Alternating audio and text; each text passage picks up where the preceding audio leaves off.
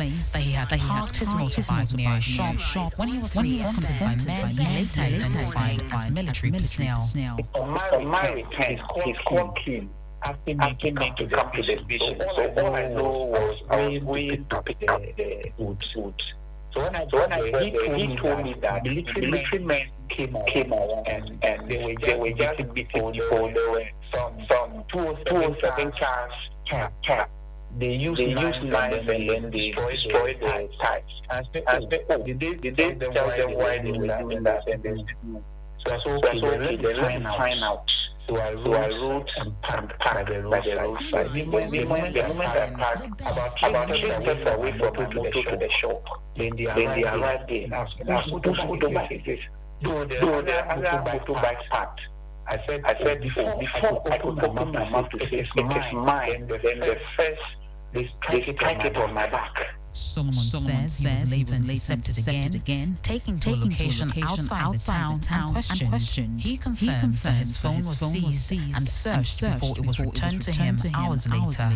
He adds that checks with the district commander, the regional minister and the member of parliament indicated they were not aware of any military operation in the area at the time. He created my phone for several hours. He drove my private cars and almost everything I have on the phone.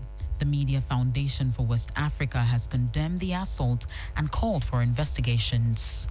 Dora Mauto is the Director for Freedom of Expression and Digital Rights at the Media Foundation for West Africa. There's need to increasingly seek legal redress for some of these unfortunate incidents, because if it's just public condemnation and then it ends there, we've seen that in the past, we haven't really had much result. Let's also go through the legal means, do litigation, and ensure that we get justice for abused journalists. Media General should not let this case be one of those others that have gone unredressed. To the military command, I would say this is an opportunity for them to let Ghanaians know that they don't approve unprofessionalism. The Member of Parliament for Wale Wale, Dr. Abdul Kabiru Tia Mahama, has in a statement called on the acting Minister for Defense to urgently investigate the incident and ensure the perpetrators are brought to justice. Between 2019 and 2023, the Ghana Journalists Association, GJA, documented a total of 45 cases of assaults and attacks against journalists and media institutions. According to Ghana Journalists Association, GJA, 13 attacks on journalists were recorded across the country between January and October 2025. Stakeholders say strengthening communication and engagement between journalists and security agencies will be key to preventing similar incidents in the future. 3FM Sunrise. For the ones not yet born.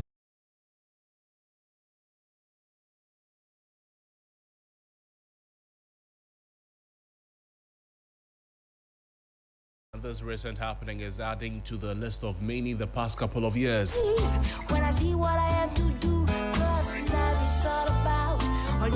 This is the story. A senior correspondent of Media General, Solomon Kwame Kanawole, was assaulted by personnel of the Ghana Armed Forces in Wale Wale on the 26th of January 2026. He was reporting going about his normal duties when it happened. The soldiers confiscated his phone and then beat him, including with sticks and whips, causing injuries. He had identified himself as a journalist, yet still he was taking and then beaten. For the people who are gone. Sixtus, you have been in this space longer than I am, and you have seen a number of these incidents. Why can't it stop? Because there's no consequence. There's no action taken against the perpetrators. And look, this is not just about journalists. We are not having this conversation because a journalist has been attacked. Yes, it's a journalist. Yes, it's one of our own. Yes, we are very angry as colleagues working with him. Our company has condemned the attacks. But these things keep happening. And they shouldn't be discussed and condemned merely because the persons involved are journalists. It should first of all be because we are human beings. We've seen military brutalities in war before. Similar scenario. It's happened before. And in that case, I think that there were reprimands, I think even demotions and all, because the whole country stood up in arms against the actions. And it is a similar thing we are seeing happen. I mean, if you see, even if you are on an operation and somebody is told not to park somewhere, and the person parks there, the first thing you should do is to beat up the person, whip the person like a slave. Let's not do this to ourselves. I don't think it is right. And I don't think that the military high command should be quiet on this at all. Your people, have they spoken? Yes. So, Media General has condemned the assault. Your people. Me, my people. The GJ. Oh, don't Ulu. They are not your people. Oh, they are my people. Okay, so your people, have they spoken? Your people, have they spoken, sisters? I have not heard from Dominic, the General Secretary of the... At 11 o'clock today, they will engage. They have a press conference. Was it already scheduled? No, it as was usual. Not. It was not. It was called for this purpose. Yes, it was called for this purpose. Oh, okay. All right. So we shouldn't always, and a lot of the times these things end up with statements. Well, it was called for this purpose as well as other purposes. I was saying.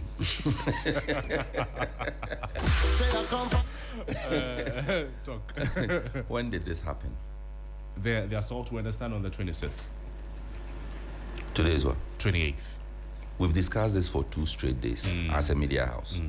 We have discussed it for 2 straight days. The Journalists Association is yet to speak for 2 straight days. The same thing that happened in the Kaswa fire incident, and you were defending the GJ. 2 straight days. I say that you were explaining. Yes, they had planned to speak, so they will add it. So this one too, they plan to speak, so they will add it. See, the MPP, this thing is just this Saturday. Look, so the GJ must be more proactive. Yeah.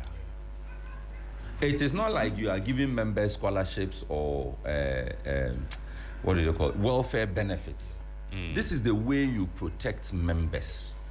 So that if I find the only reason people want to belong to professional associations is for protections like this. These things, solidarity.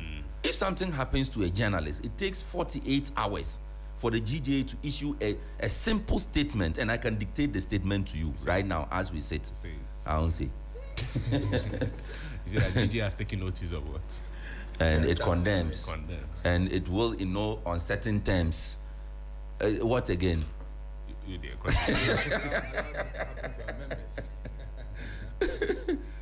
No. And it will end by saying, we call on the IGP to investigate. That is what they do. That is it. That's the statement. 48 hours later, the GJ is yet to speak. The Media Foundation for West Africa has spoken. It's not the GJ. I know. But they are brothers in the in the fraternity. Yes. Media Foundation has always been there for the rights and freedoms of journalists and practitioners generally. Somebody made a joke that I think this was under the tenure of Afelmoni as president of the GJA. Somebody said we should start paying GJA dues to Media Foundation for West Africa because it was more proactive about media rights than the GJA itself. I think we've seen a new face with the current president, Albert. Yes, admittedly, and we have to give him his flowers. We've seen a new face with him. He's been proactive in a lot of the things. You hear the usual statements, even though we know the template, you still hear it and all of that. But we are expecting more. In fact, we are not expecting, we are demanding more. You cannot attack a journalist for no reason. No, you cannot attack a human being for no reason. When was Carlos Caloni Joy? When was he attacked? Attacked at the traffic light at Carlos, I think, was last year. Last year, yes. Last year. And he was attacked by men in uniform. The military. Yeah. And this is also from the military. And it immediately became a President Mahamathan, if you recall. Yes, it did. Yeah, it immediately became under Mahama presidency, journalists are getting attacks. And that is how we usually allow politicians use us for their own, to score their own goals. The people who were making that argument were not saying it for the interest of journalists. That is why we need the voice of our own on these issues. And you cannot tell me that the mother organization is not taking action on the matter. I don't know whether the security agencies and other state agencies, I don't know the levels of education they have about how much of a public official they are or public servants they are, whichever one works. That makes everybody able to record them in public settings. No, unless the laws we have do not allow it like that. Let me say something that may sound a bit contradictory. We have to also agree that in security operations, it is not everything that would be recorded. 100% correct. So the question that comes up there is not necessarily about whether they know that as public officers in the discharge of their duties, they are open to scrutiny. And this will come from the reports and recordings, video clips that journalists will take. Yeah. But it is whether they know that there should be a partnership between the media and the respective security institutions. Okay. So what I asked is this. That Grant, I know 100% that not everything should be recorded. That's true. But if a police officer is in town, maybe, and engaging with a driver, by virtue of the fact that he's a police officer, working outside, this is not engaging a driver, maybe, where is your license, that kind of conversation. By virtue of that conversation, I don't think that, unless otherwise, I don't think a situation like this is overly protective. Now, if that situation is not classified under such security matters, that should not be recorded. Is it allowed, or is it possible for any other citizen at all, maybe in the car, out of the car, to pick your phone, put it on this security officer? He sees that you are recording, and then there's nothing wrong with it. Is it allowed in Ghana? Of course, if you are there abusing the rights of people, anybody can record you. Not necessarily abusing the right of a person, but you are driver. So the driver stops. The police officer stops the driver, and to say, when he starts the conversation, now obi ote car in front of the phone, so are recording. Yes. Is it allowed? No. So that's not allowed. You see, we shouldn't also encourage that. Normally, we do that with the intention or the suspicion that obeje bribe. So you are recording, you are filming the thing in the highest of the anticipations that, look, this policeman will collect one CD. Then saying, you will have him captured on tape. What you're saying is true, but I'm asking based on the fact that in some jurisdictions, when you see any police officer, unless you are interfering in the investigation, but if you are not, you are a distance away, you are not interfering in the investigation. Whatever the police officer is doing, so far as the person is a public officer in a public space doing public work, you are at liberty to record him do the work he's doing.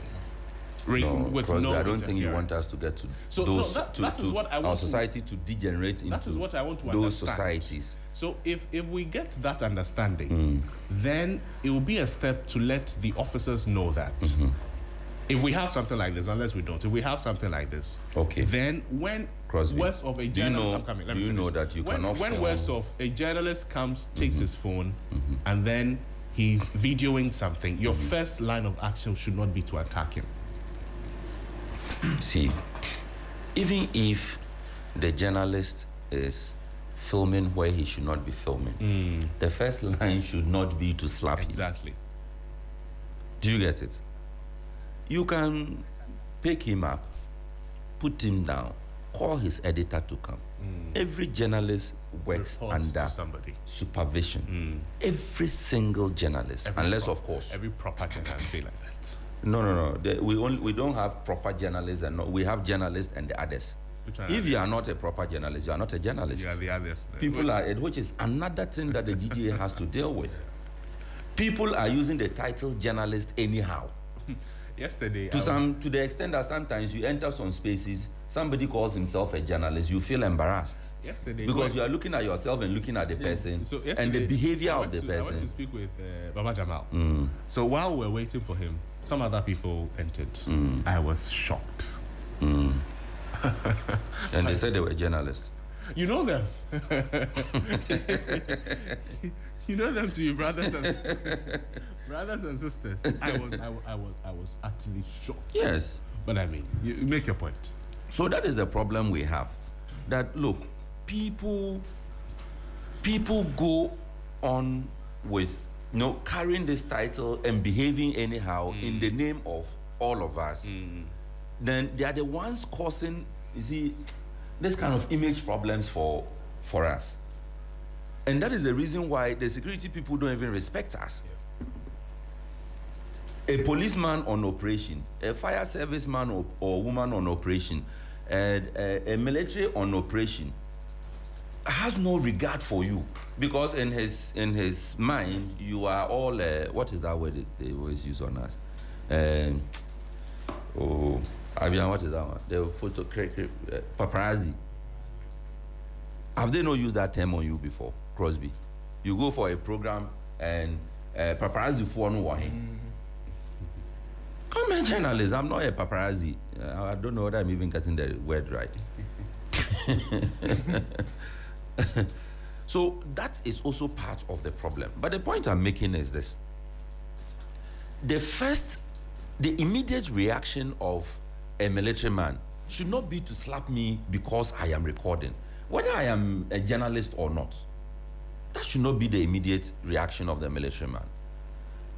It becomes more serious if I am a journalist, because I am performing my duty. As for the other members of the public, you could say that, well, you have no business there, you are a busybody, what are you doing there? You are recording it for what? You get it? But a journalist is mandated by his job to also do the job. So as much as you are doing your job, I am also doing my job. This guy's own, the name you just mentioned, the last year incident. Carlos. It was a demolition, right? Yes, it was a demolition. The man is there filming that thing. Then somebody appears from nowhere. Don't film it. Stop it. The next thing he could realize, there's a slap. From behind. That one is even painful. Did you have to add that? If you go to the police Our station. correspondent said he parked his motorbike. In fact, you can play his narration again. He parked his motorbike. He heard something. He went to find out. He parked the motorbike. Somebody calls out and says, who parked this bike here? By the time he realized, Pine. Before he could even answer the question, no. So if you don't want an answer to the question, why do you ask the question? Before the man even got the opportunity to explain himself, oh, Pine, they slap him already. Down to from behind. Why do they always slap from behind? No, they call it a reset or talk through slap. It's not funny, it's just you're laughing. No, it's not funny. If you look at the pictures, what has happened to his back? He was whipped. Yes. I mean, what's the sense in that? And the marks are there. What's the wisdom? And our Facebook people, we apologize if this causes discomfort for you. We sincerely apologize. What is the wisdom in whipping somebody? Is it for a crime the person has committed? If the person has committed a crime, is the punishment whipping? Are we? You see that storybook? The man was taken to the market square and then whipped. Why are we seeing these things with our security agencies? Is it that they don't know what they should do, or they think nothing will happen to them when they do that? Imagine this because really nothing happens to them. Maybe this will be different. If really nothing happens to them. Nothing happens. These things happen and nothing happens. All the incidents that we and in fact Kunzo can bring back that table of from January 2025 to date, and we can mention all these names, and we are asking what action has been taken against the perpetrators. What action? Well, for this one, Media General is petitioning the Ministry of Defense to take decisive action to address what appears to be a growing parting of military brutality against innocent civilians. You see, we're not even only talking about journalists, everybody else. Yes, that's exactly the point. Including journalists during internal security operations and the use of excessive force against unarmed citizens. It is very unacceptable and must not be allowed to persist. These are excerpts of the Media General statement and calling on the Military High Command and the IGP to urgently and thoroughly investigate this incident to ensure that all personnel found culpable are identified and appropriately sanctioned in accordance with military and national laws.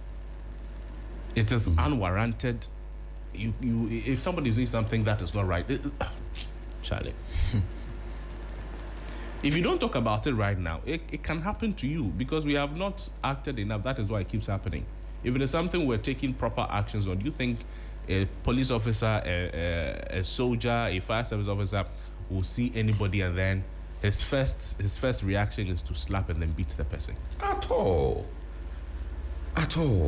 I mean, on this show, in fact, conversation started by Johnny's Bite. We have spoken against civilians attacking men in uniform. In fact, there was a period for 3 weeks or so, we ran that series, and our point was that our men and women in uniform must be protected when they are doing their duty, in the lawful discharge of their duty, that they have a job to do, and we shouldn't have civilians attacking them when they are doing their jobs. We have made that campaign. We have made that advocacy for them. And the men in uniform include the military. In the same way, the military must know that you can't go about slapping people, especially on home soil.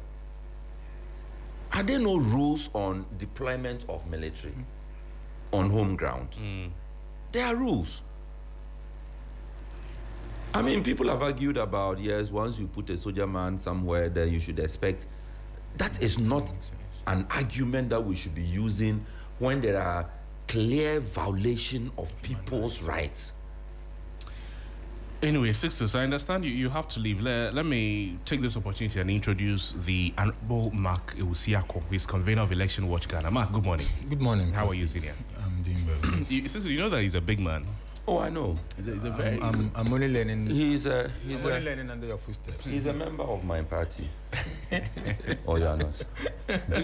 Which one? Sisters, what? No, wait. This I have to be sure which party the two of you belong to. It's which party that you're talking about? Sisters, you say you are CPP, am I lying, sisters? We are the twin Nkrumahist. Okay. But Mark, good morning. Good morning. Good to see you. How are you, Senior? Happy New Year. It's the first time we're engaging on radio. Many happy returns. That's very true. This is a disturbing incident.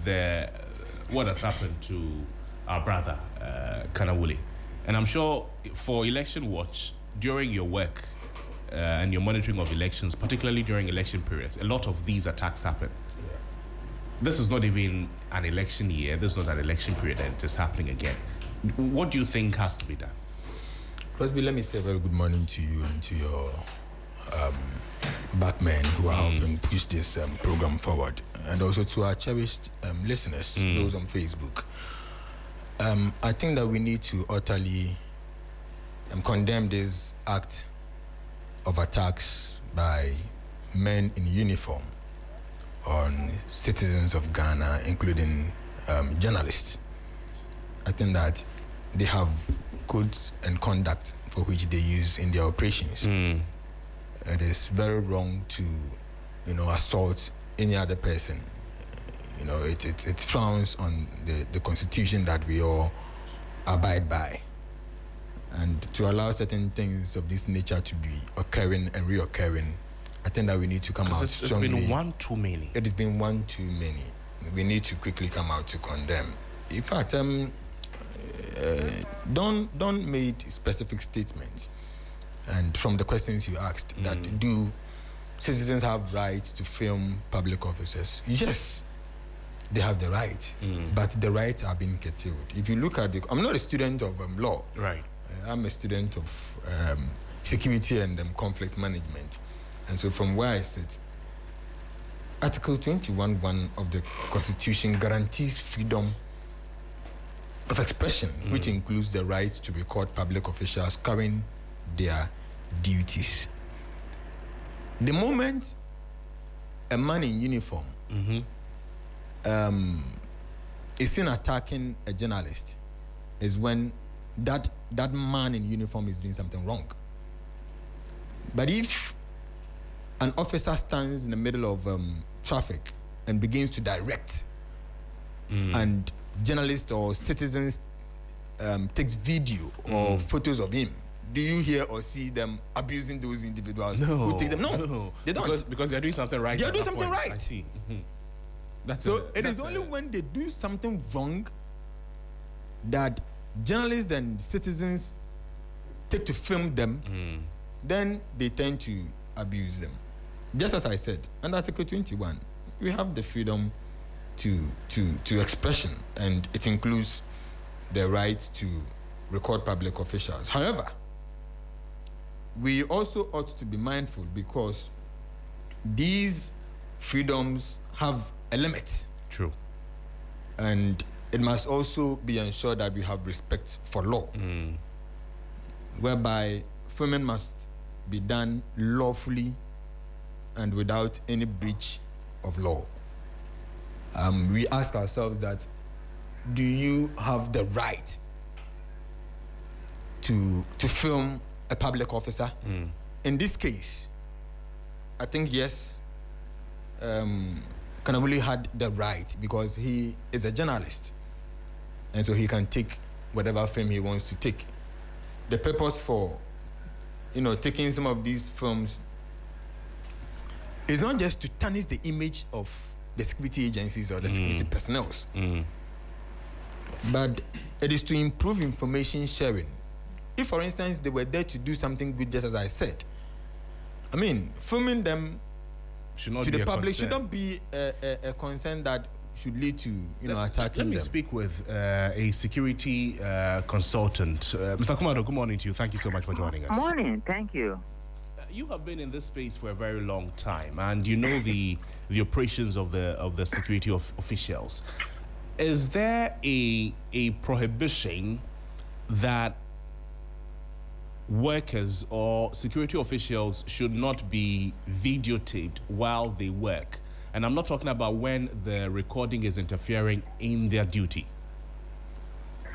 Okay, so if you before you put me on, there's a brother in the studio, and I listened to some of the things he was saying.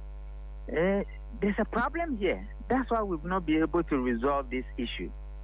Number one, in no particular order. Number one, when they are doing something wrong and you film them, it can lead to authentication. Number two, when they are doing something right and you film them, it can also lead to authentication. So from the media space, to the extent that this thing keeps coming up once in a while, then it leads to bodily harm and confusion, I think we would need to look at it a bit more tolerate and seriously, because you know why? Some things are lawful, but they are not reasonable. And that is why you keep on having these particular issues coming up.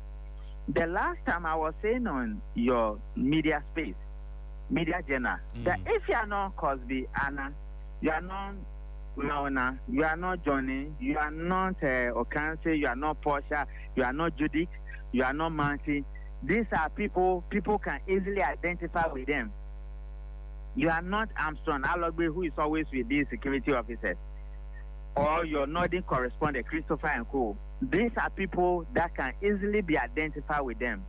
It means that it will go a long way for journalists not to just wear a t-shirt, but they must go with more of an identity and a referral system. Because you know why? In the moment or in the heat of attention, when law enforcement officers are in the field, there's something they are always jealous about. It's called operational security. And soldiers in particular will want to prevent it at all times. And it is also in the interest of the state. And that is the word. Once it got to do with the interest of the state, they want to protect it and jealously guide it.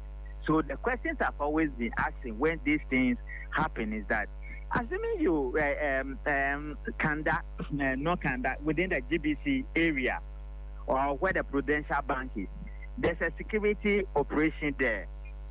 And we get into the place, media journal get there, law enforcement officers are there.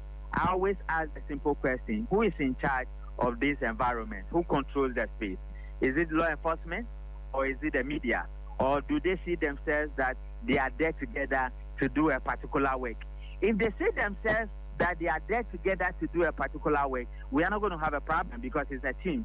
If they see themselves that they are the one in charge and all other persons are seconding them, then the levels of communication and protocol becomes a major issue.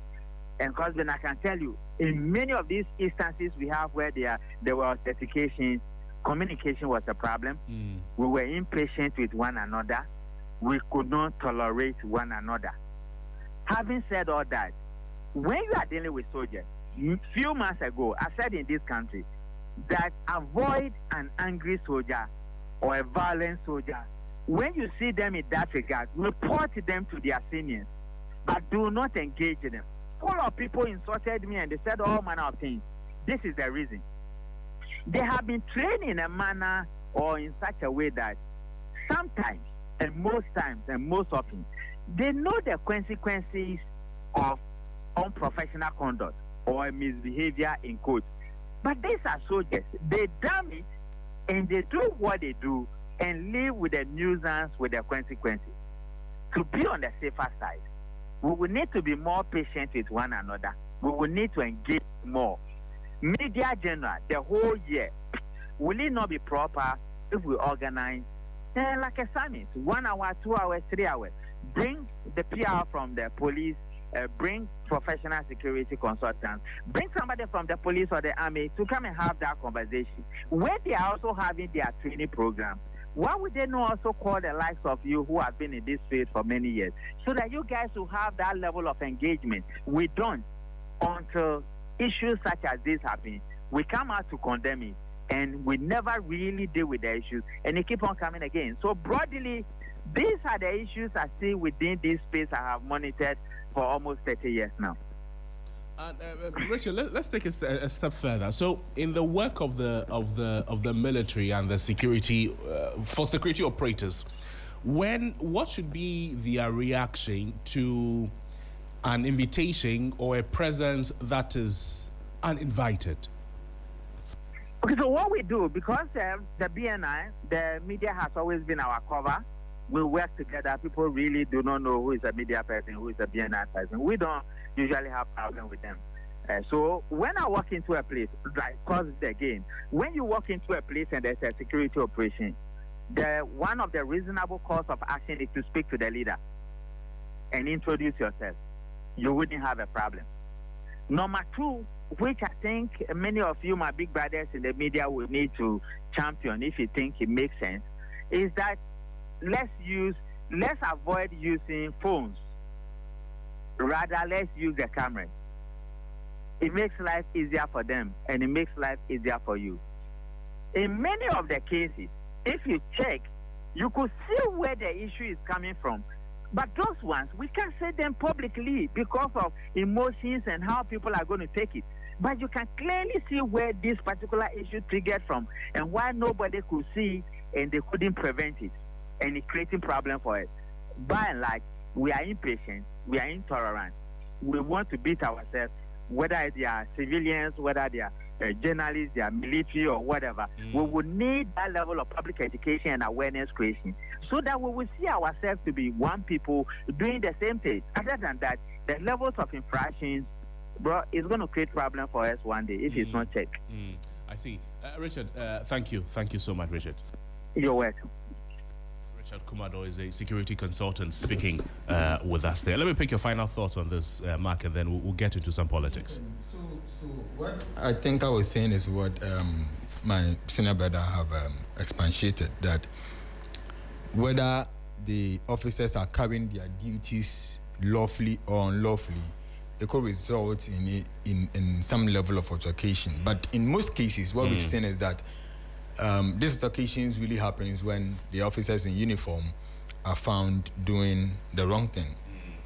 But if the filming does not really obstruct the duties of the police or the military officers, I don't think it warrants any form of attacks on citizens and also on journalists. Right.